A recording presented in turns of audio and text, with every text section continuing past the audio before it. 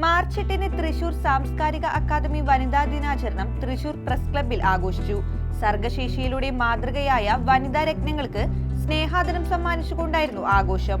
അടുത്ത വർഷം മുതൽ സ്ത്രീ ശാക്തീകരണത്തിന് വനിതാ മിത്ര അവാർഡ് സമ്മാനിക്കുമെന്ന് ഉദ്ഘാടനം ചെയ്ത NITC മാനേജിംഗ് ഡയറക്ടറും MFTC ചെയർമാനുമായ KP മനോജ് കുമാർ പറഞ്ഞു. സ്ത്രീകളിൽ സാമൂഹ്യനീതി ബോധത്തിൽ അധിഷ്ഠിതമായ സാമ്പത്തിക സ്വാശ്രയബോധം ഉണ്ടാക്കിയെടുക്കണമെന്നും സ്ത്രീ ശാക്തീകരണം അതിനുവേണ്ടി കൂടിയാവണമെന്നും അദ്ദേഹം അഭിപ്രായപ്പെട്ടു. സ്ത്രീകൾ അടുക്കളയിൽ നിന്നും അരങ്ങിലേക്ക് എത്തേണ്ട ആവശ്യം സമൂഹം കാണിച്ചു തരുന്നുണ്ടെന്ന് പരിപാടി ഉദ്ഘാടനം ചെയ്ത കലാമണ്ഡലം ക്ഷേമാവതി പറഞ്ഞു. അവഗണിക്കപ്പെടുന്ന മേഖലകളിൽ പോരാട്ടം നടത്തി വിജയം നേടിയെടുക്കാൻ സ്ത്രീകൾ പ്രതിജ്ഞാബദ്ധരാകണമെന്ന് ചടങ്ങിൽ അധ്യക്ഷത വഹിച്ച അഡ്വക്കേറ്റ് AD ബെന്നി അറിയിച്ചു. വീട്ടിൽ തന്നെ ആൺകുട്ടികളെയും പെൺകുട്ടികളെയും തുല്യനീതിയിൽ വളർത്തണമെന്നും അല്ലെങ്കിൽ പാർശ്വവൽക്കരിക്കപ്പെട്ട അധികാരശേഷി നേടിയെടുക്കാൻ സ്ത്രീകൾ ഒരുങ്ങണമെന്നും അദ്ദേഹം പറഞ്ഞു.